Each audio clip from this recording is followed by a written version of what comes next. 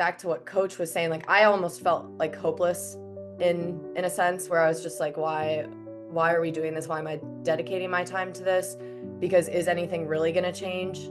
And I think I remember there was a point in that meeting, and I love that you said that because it's something that I try to like sort of highlight for everybody involved. Like this is not a fast change. If you're doing culture right, it's never done. That's number one.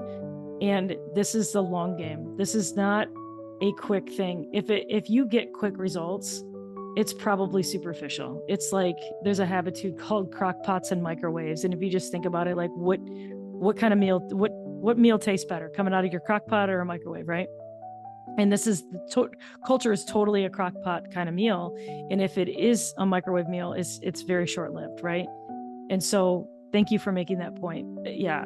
Deb, you want to say more about that? Because I think that it wasn't an immediate fix, but it was a turning point, I think, for sure. Was huge. I don't think our culture would be here where it is today, Tree, without you coming into things, without you. Tree was sort of the principal in the room.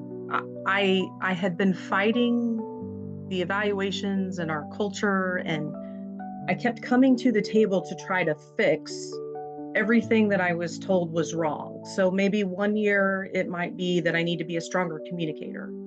The next year I needed to hold players accountable better. The next year I need to be a better listener. The next year I needed to describe roles better. Well, then the next year when I dove into being crystal clear about roles, then I was told I was playing favorites. And so every year I felt like I was trying to morph myself into a different person based on what I was being told through evaluations with my boss. And really I lost myself because I didn't know who I was anymore because I kept trying to be what everyone else needed from me or I thought needed from me. But the problem was I kept coming to a wall, and like I said, the individual conversations would be great, but then all of a sudden it wouldn't be great because things were continuing on negatively in the background. And so ultimately, it really wasn't about what I was doing right or wrong. It was the fact that we didn't have trust and we weren't trusting one another, player to player, coach to player, all of it. And Tree, I distinctly remember my first meeting with you, which came right before your meeting with our team. And I remember Tree talking to me, and she's very direct. I really like that. She's very honest, very direct. She doesn't mince words. She's in charge.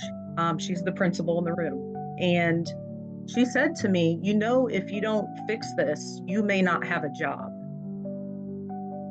And that it doesn't get much more serious than that, you know, and that's a hard reality to hear. And even though like I was frustrated with these things happening in the background, I was still the one in charge of fixing it.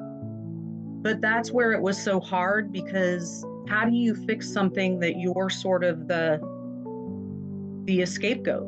You know, you're the one everybody's pointing the finger at, and then I was the one who had to fix it.